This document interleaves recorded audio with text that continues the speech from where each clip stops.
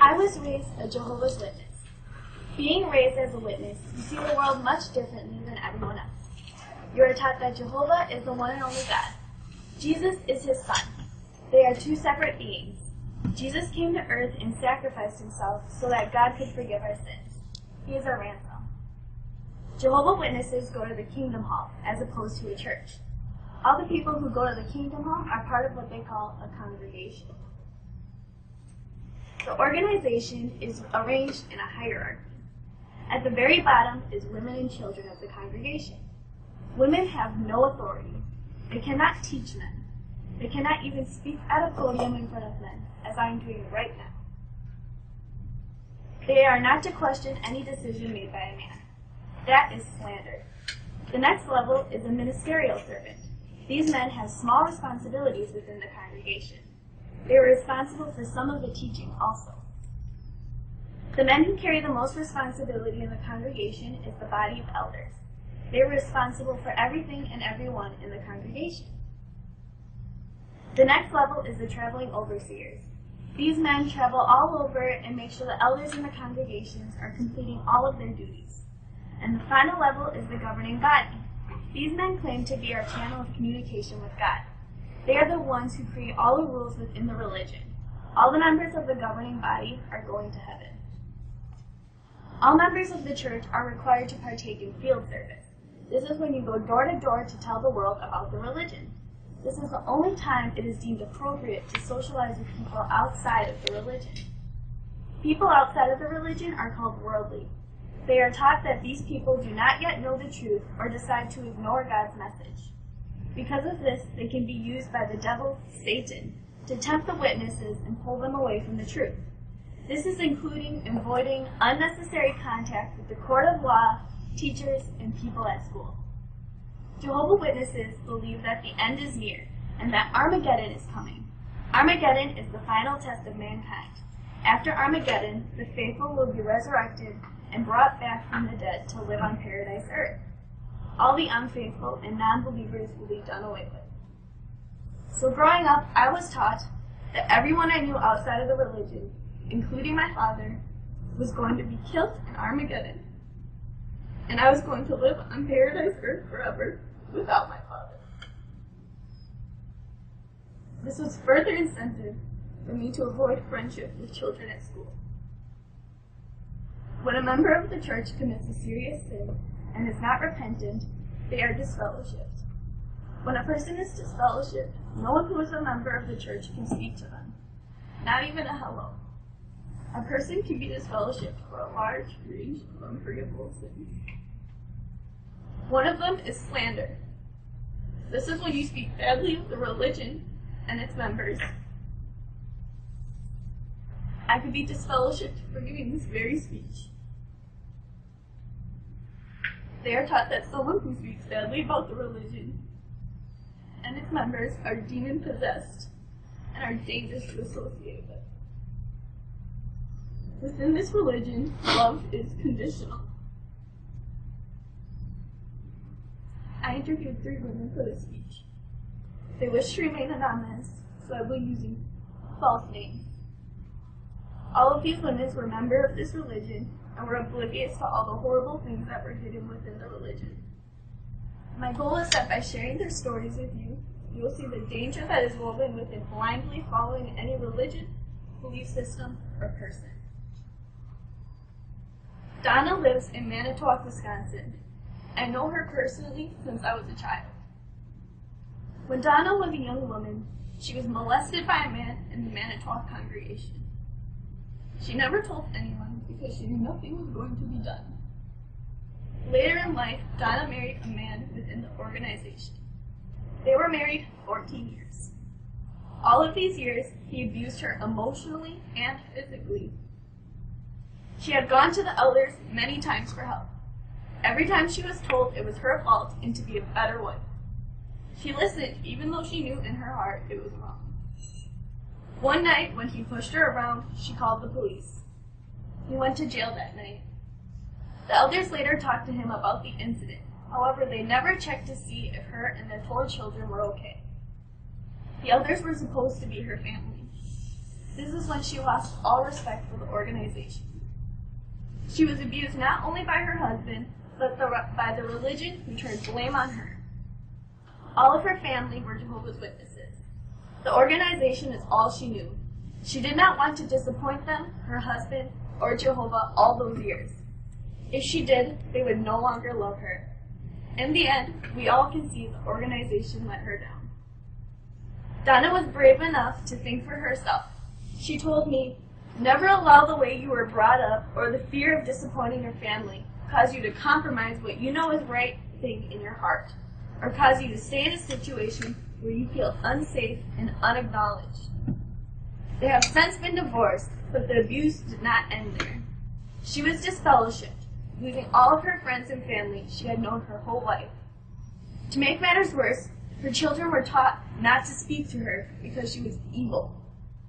They were isolated by her ex-husband and know nothing other than this religion. They are also terrified of disappointing her father and their God. The religion is separating a capable and loving mother from her children. Nothing could be more devastating as a mother. She told me, "My best chance of getting through to them is just letting them know I love them." Love from members in the religion is conditional. Donna knows that her unconditional love for her children will stand out to them when they can see past the isolated world their controlling father allows them to see. Jane has a son with a degenerative brain disease. When the Jehovah's Witnesses came to her 10 years ago, they promised to save her son. She was immediately sucked into the religion. Her husband wanted nothing to do with the religion. The religion requires so much it enveloped her whole life. Her husband left her because of this. She never blamed him for leaving. Jane's mother was a drug addict, so she grew up in a foster home. Jane's only family was the congregation. Jane sold insurance policies for a living. 4 years ago, she was delivering an insurance policy to a man's house. When she arrived, she was raped.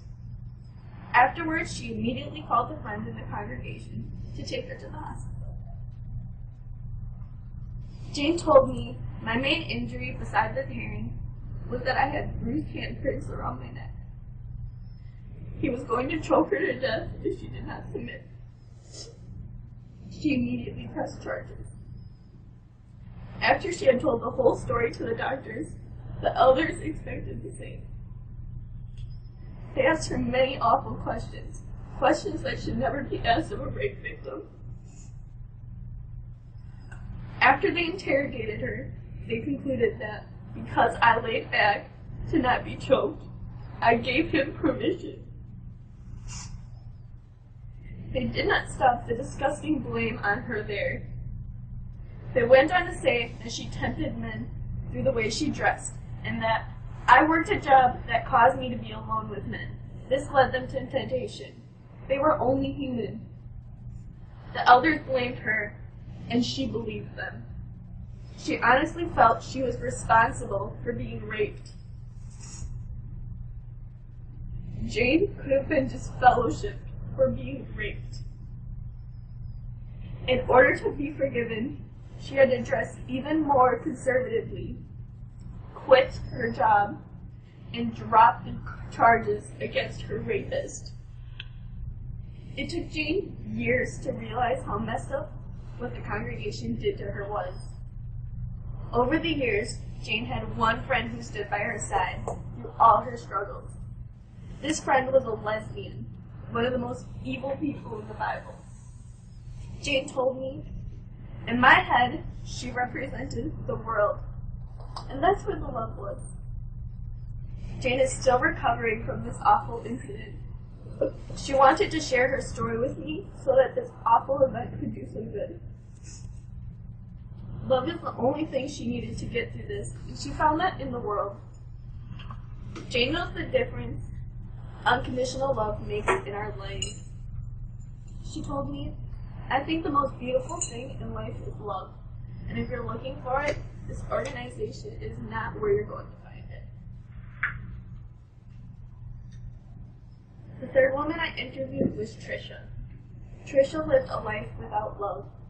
Her father was a kidnapper, a rapist, a child molester, a drug addict, an attempted murderer, and a ministerial servant within the congregation, in very good standing. Her mother was a drug addict and exposed her children to many dangerous men. All of Trisha's family were Jehovah's Witnesses and hidden drug addicts. They even smuggled drugs across the borders of Mexico for many years. Both her mother's husbands and the man Trisha married abused her. She only married this man because her mother told her to. She always wanted to make her mother happy, but she never could, and it always ended with her being abused and betrayed. Trisha was a slave to her abusers, trapped in a religion and a family that lacked love. Trisha endured the unspeakable and went through more than I could possibly share with you. However, Trisha was able to sum up the danger that lies in this religion perfectly. She told me, "The biggest problem I have with this religion is that it allows people, like my parents, to use it as a front for their criminal activity and the terrible lives they lead. There really is no recourse or having to answer for all the bad they have done and the lives they have hurt. They honestly believe that just praying for forgiveness absolves them of their sins. They leave the victims to pick up the broken pieces themselves, often with no help and no support from anyone. Witnesses are taught to mistrust the world, so you are not trying to be a good witness. You don't go outside the witnesses for help. If you go to the congregation leaders looking for help, a lot of times what happens is that you are told that you are showing the proper forgiving spirit and you are not letting Jehovah take care of things. It is a broken system that blames the victim and takes all someone's own natural powers from them. It is a religion that preaches love and acceptance. But the reality is everything is conditional. Love and acceptance is only extended as long as members practice absolute obedience and question nothing, ever. This religion destroys lives, destroys families, and they do it largely unchecked. No one knows because they are really good at silencing the ones who leave. These women are the strongest people I have ever spoken to. These women have experienced more cruelty than I can fathom, yet remain kind and loving. They are living proof that you do not need religion to be moral. But also, being religious does not make you moral. After learning all this organization has hid from its members, I want no part of it. Needless to say, my mother and I are no longer Jehovah's Witnesses, and as a result, we have lost all of our friends and family within the organization. We were both told this was the one true religion, as did Donna, Jane, and Trisha. The majority of people in the religion believe it is the only way to save their lives in Armageddon and do not know the secrets that are being covered up. Learning all the cruelty and corruption that was hidden in this religion flipped our world upside down. Everything we devoted our lives to was nothing. We do not want any of you to experience the stress and confusion of losing everything. Unconditional love is what gave Donna, Jane, Trisha, and I the courage to share our stories. It is vital that you think for yourself so you are never blindly devoting your lives to a dangerous and awful cause.